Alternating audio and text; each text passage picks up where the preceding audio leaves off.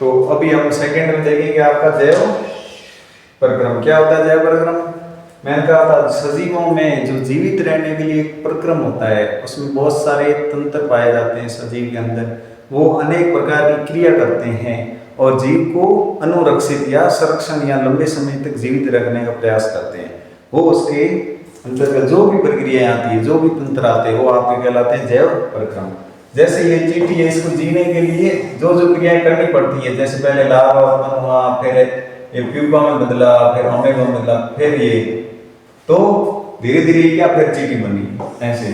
तो इस प्रकार से पूरी प्रक्रियाएं अलग अलग प्रकार से होके ये चींटी का निर्माण हुआ। फिर इसको लंबे समय तक जीवित रहने के लिए भोजन भी चाहिए, उसके बाद इसके अंदर हानिकारक पदार्थ बनेंगे, उसको उत्सर्जन भी करेगी, ये जनन भी करेगी। इन सब के लिए हमें कुछ न कुछ चीजें आवश्यक होती है। तो वो सारी चीजें हमें क्या करती है, पर्यावरण में अनुकूल बनाए रखती है और अपने शरीर का क्या करती है, सुरक्षा करती है, ताकि हम लंबे समय तक जीवित रह पाए। उसको बोलते हैं आपके जैव प्रक्रम। तो जैव प्रक्रम क्या होता है? वे सभी प्रक्रम जो संयुक्त रूप से सब मिलके क्या करेंगे, जीव के अनुरक्षण का कार्य करेंगे, जीव को सुरक्षित रखने का कार्य करेंगे, वो कहलाता है आपके जैव प्रक्रम। अब इसके अंतर्गत कौन कौन से प्रक्रम ऐसे हैं जो जीव को सुरक्षित रखेंगे? तो पहला आपका है पोषण। जो आप खाना खाते हो, सारी चीजें खाने की सारी चीजें, वो पोषण आपके इस जैव प्रक्रम के अंदर आता है, जो जीव को सुरक्षित रखेगा। दूसरा आपके श्वसन, ये भी ऐसा प्रक्रम है जो क्या करेगा, आपके जीवन को सुरक्षित रखने के लिए काम आएगा। ऑक्सीजन जो आप अंदर लेते हो। वहन, अब इन भोजन और श्वसन दोनों को क्या करना है, शरीर के अंदर ले जाने का काम, ये सारा काम कौन करेगा? वहन या संवहन तंत्र या आपके परिसंचरण तंत्र। तीसरा आपके आ जाता है उत्सर्जन। अब ये कारण कौन, नाइट्रोजन युक्त पदार्थों को बाहर निकालना, तो अपने अंदर एक उत्सर्जन तंत्र पाया जाएगा। उत्सर्जन तंत्र में और नहीं है वो बताओ।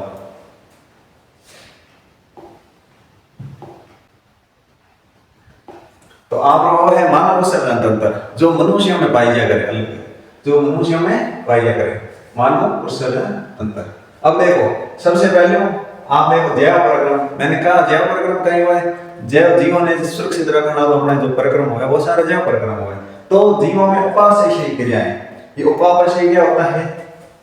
उपापचयी क्रियाओं में धक्के में अपना पाचन और उत्सर्जन श्वसन, जो इसमें उपापचयी क्रियाएं श्वसन के दौरान, जो आपके भोजन ग्रहण करने के दौरान, उसके बाद टूटने में जो क्रियाएं होगी, उनमें हरे नाइट्रोजन युक्त पदार्थ बनेगा, जिसमें नाइट्रोजन युक्त पदार्थ जैसे अपन कोई भी जूस पिया तो वो कैसे जल युक्त पदार्थ हुए, कहीं में जल युक्त पदार्थ।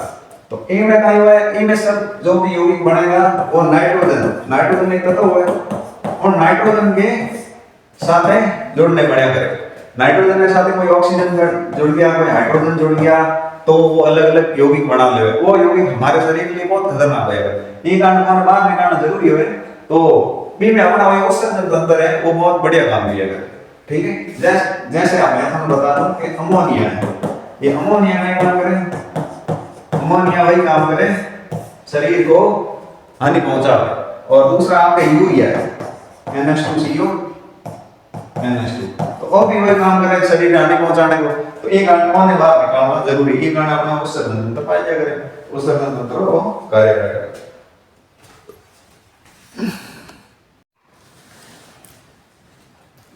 तो अब देख ले आप मानव उत्सर्जन का ही हुआ है और क्यों करवाया करे। ठीक है, मानव उत्सर्जन में तो अपने पहलो टारगेट और है शरीर में धक्का भी हानिकारक पदार्थ बनी नाइट्रोजन संबंधित वो आने अपने बाहर निकालना। तो प्रश्न भी पूछा करे कि शरीर में उत्सर्जन तंत्र क्यों आवश्यक है, तो शरीर में क्या जरूरी है उत्सर्जन तंत्र? नाइट्रोजन पदार्थों ने बाहर दागना, नाइट्रोजन पदार्थ शरीर में हानि पहुंचावे, एक नाइट्रोजन युक्त पदार्थों ने बाहर त्याग देना। तो वो तंत्र है जो पूरा नाइट्रोजन युक्त पदार्थों ने कीकर बाहर निकालना है। खाया खाया अपने शरीर में अंग भाग सही थी उन्हें पूरा मैनेज कर रखा करे। तो पहले आपने देख लिया एक कोशिका दी, जहां में एक कोशिका ही है, केवल एक कोशिका अपन के बहुत सारी कोशिकाओं शरीर मलन बनोड़ो, तो वो एक कोशिका वाला जीव की कर काम करे। तो वो में क्या है कि हानिकारक पदार्थ तो बने, लेकिन वो में वह क्या करे कि उनकी शरीर की सतह होया करे, ऊपरी सतह दिख रही ये, तो उन सतह से बाहर निकल जाए पदार्थ हानिकारक। अपना में के बहुत कॉम्प्लेक्स जीव, वो कोशिका जीव, तो बहुत सारी चीजें अंदर बहुत सारी चीजें हैं। तो अंदर जहाँ भी कोशिका में नाइट्रोजन युक्त पदार्थ बन जाए तो नाइट्रोजन युक्त पदार्थ निकालना रो अपने एक तंत्र चाहिए बड़ो। पहले वहां पे हो एक जोड़ो वक्र जिसको आप किडनी कहते हो। ये किडनी का काम कर रही है। ये किडनी आपके जोड़े में दो होती है, इधर वाली इनको बोलते हैं किडनी। ये पहला भाग है आपके उत्सर्जन तंत्र का जो आपके उपस्थित होता है। दूसरा आपके होता है मूत्र वाहिनी, एक नली जड़ी संरचना है जो आपके मूत्र में किडनी यहाँ तक लेके आवे, यहाँ तक मूत्राशय ये वाली, इनको बोलते हैं आपके मूत्र वाहिनी।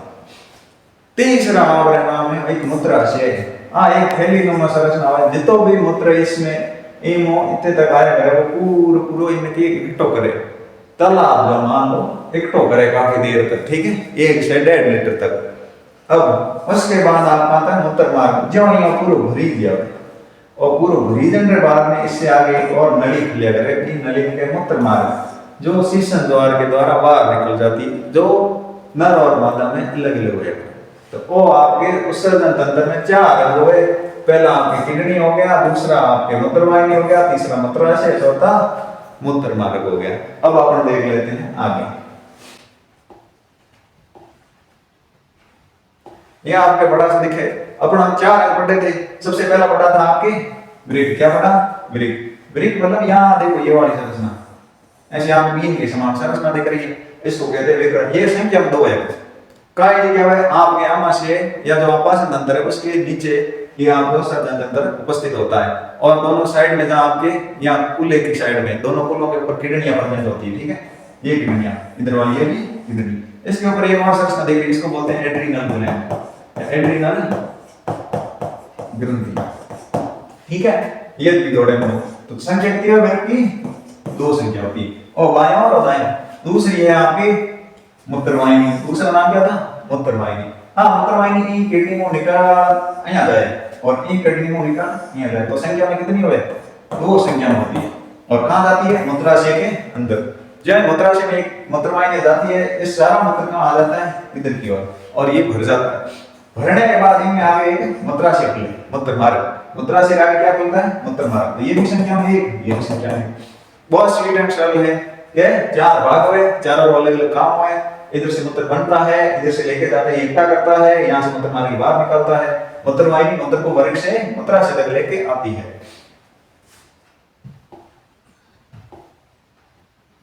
अब इन अंगों में मूत्र बने के करे वो अपन दिन कर लो।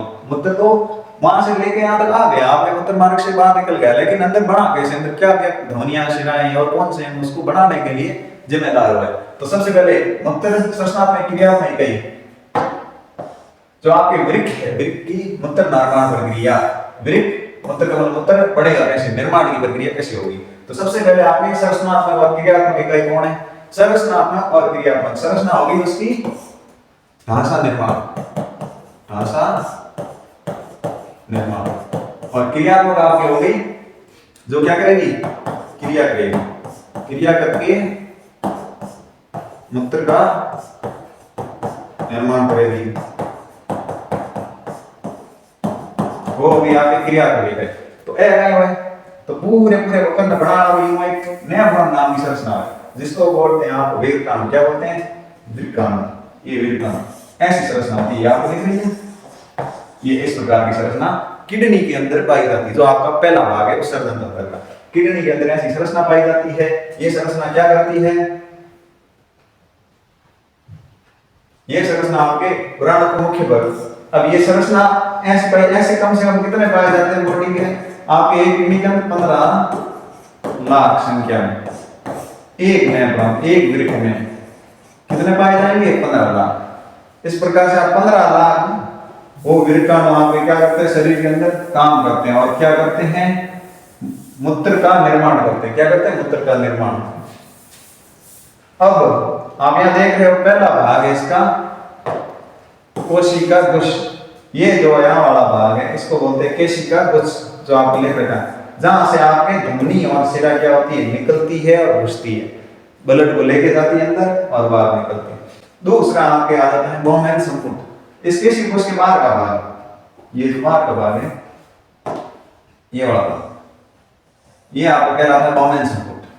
तीसरा आपका भाग है नलिका का भाग। जो यहाँ से शुरू होके आपके इधर से होके यहाँ से लेके आपके यहाँ तक का भाग, इसको बोलते हैं नलिका का भाग। और चौथा आपकी संग्राहक जो इस नलिका का भाग के बाद वाली, ये क्या करती है, मूत्र का जो भी मूत्र फिल्टर हुआ है, मूत्र का निर्माण हुआ है किसके अंदर, यहाँ से लेके यहाँ तक, इन तीनों के अंदर, वो इसका क्या कर लेगी, एक संग्रहण कर लेगी। अब देख लेते हैं इसको थोड़ा ऊपर से। अब अपने वृक्काणु की संरचना क्या पता, वृक्काणु की रचना में भाग में कौन कौन से, पहला भाग आपने था कोशिका कोश, जो आपको नली के अंदर आ रही थी, जहां ध्वनि वक्रशिरा वृक्काणु में प्रवेश करती है, वृक्काणु में ध्वनि वाला प्रवेश करती है और क्या करती है, जल, लवण और ग्लूकोज, एमिनो अम्ल, नाइट्रोजन अपशिष्ट कोशिका में संकर बहुमन सपोर्ट में आ जाता है। वो आपको जो भाग दिख रहा था, वहां से सारे जल, एमिनो अम्ल, नाइट्रोजन युक्त पदार्थ सन के कहां आ जाएंगे, आपके बहुमन सपोर्ट, ऐसा भाग था उसमें, और ये ऐसे नलिकाएं थी, इस भाग के अंदर आ जाएंगे। फिर क्या होगा,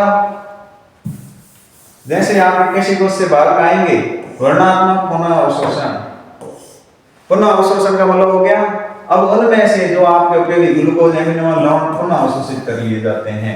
तो अंदर नाइट्रोजन ही और बहुत सारे पदार्थ आए थे, ग्लूकोज, एमिनो और नाइट्रोजन और जल, तो ये यहाँ से लेके यहाँ वाले पदार्थ वापस बॉडी अपने अंदर अवशोषित कर लेगी, वापस खींच लेगी।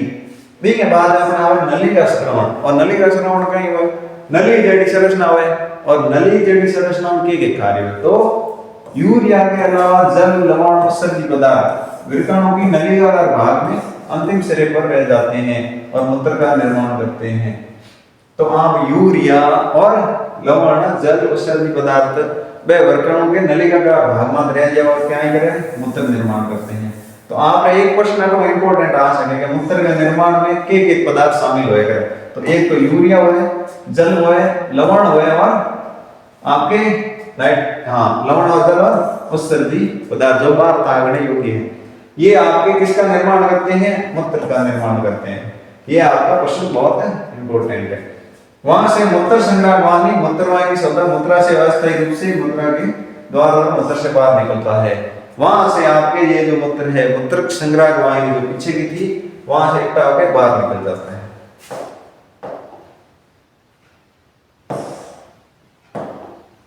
अब इसमें देख लेते हैं काम कैसे करेगा, मूत्र निर्माण कैसे होगा।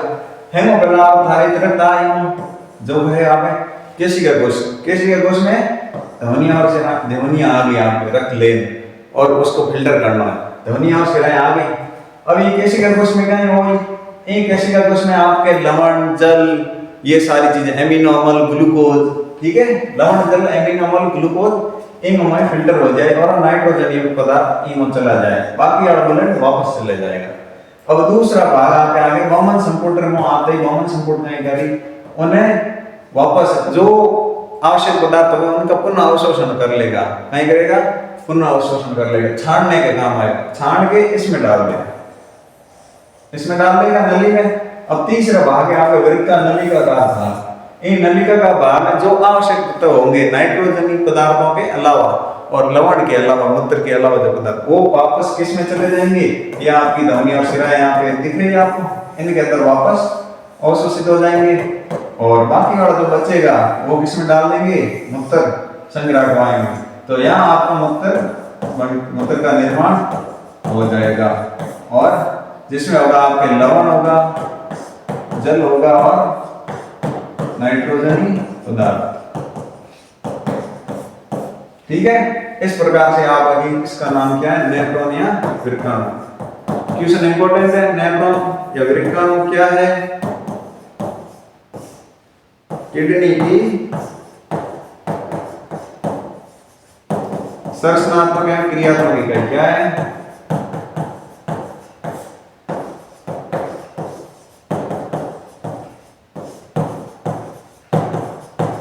किडनी की संरचनात्मक क्रियात्मक इकाई कौन है, नेफ्रॉन। पहला प्रश्न ये।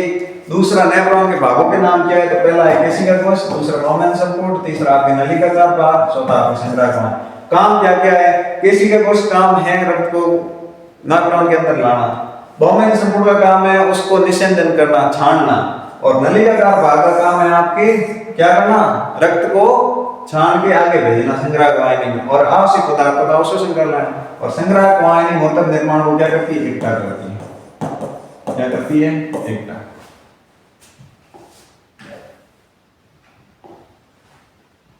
अब आगे आ जाते हैं कृत्रिम वक्र। ये इंपॉर्टेंट है, इसमें सबसे अच्छा प्रश्न ये बनता है। और होती क्या है कृत्रिम वक्र?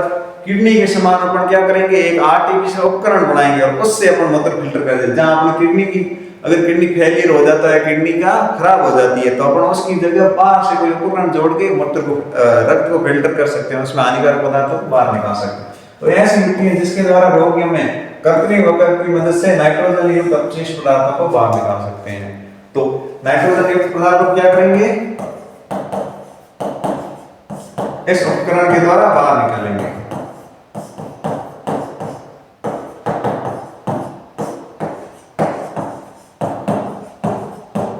इसको क्या बोलते हैं आपके, कृत्रिम वक्र, मतलब अपने आर्टिफिशियल, अपने मनुष्य द्वारा तैयार किया गया सिस्टम है, उसको बोलते हैं आपके कृत्रिम वक्र।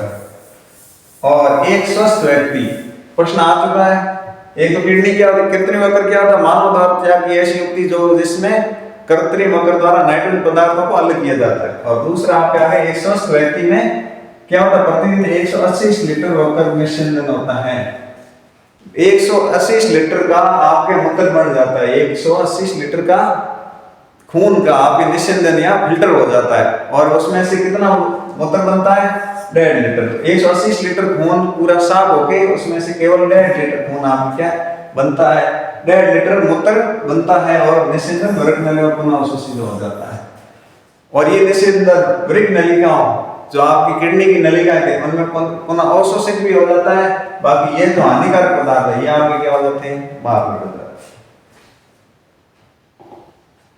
अब अपन देख ले इसमें इंपॉर्टेंट क्वेश्चन कहां से बन सकते हैं। पहला आपके भाग था ये पूछ सकता है जैव परिक्रम क्या होता है, उत्सर्जन क्या होता है। उत्सर्जन का मतलब बाहर त्यागना, कोई भी चीज को शरीर से बाहर निकालना उत्सर्जन है। और वो भी कौन सी, शरीर में कौन सी अनावश्यक चीज है, नाइट्रोजन युक्त पदार्थ, तो उसमें ये है। दूसरा आपके यहाँ आपके आ सकता है, एक कोशिकीय के जीव अपना उत्सर्जन किस भागों से करते हैं, तो कहां से करते हैं, शरीर की सतह से। कहां के करते हैं, शरीर की सतह। दूसरा प्रश्न यहां से मांगे। तीसरा प्रश्न आपके ये वाला, उत्सर्जन तंत्र के भागों के नाम और उसका चित्र बनाइए या नामांकित भागों को दर्शाइए। तो ये चित्र आ सकता है आपके।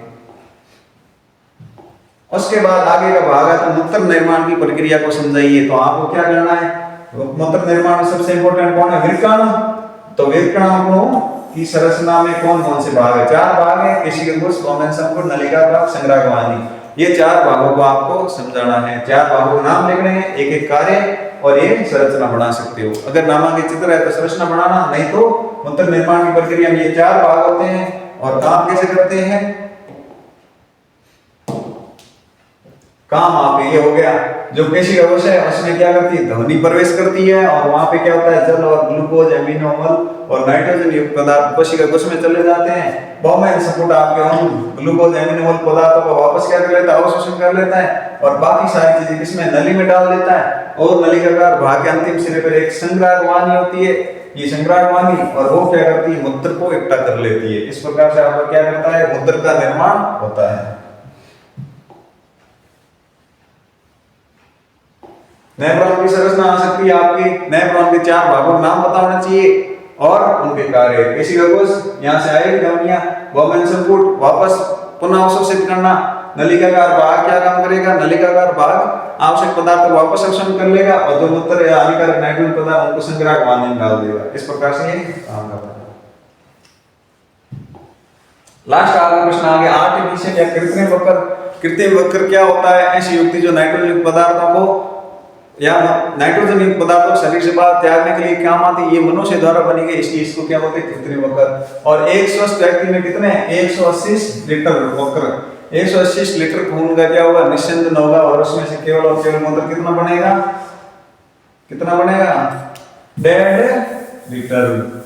तो 180 लीटर आपके आरंभिक निस्संदन होता है, उसमें से केवल और केवल कितना, 1.5 लीटर। बहुत कम पार्ट आपका 1% या 1 से 1.2% क्या बनता है, खून के भाग का मूत्र बनता है। बस यही थे।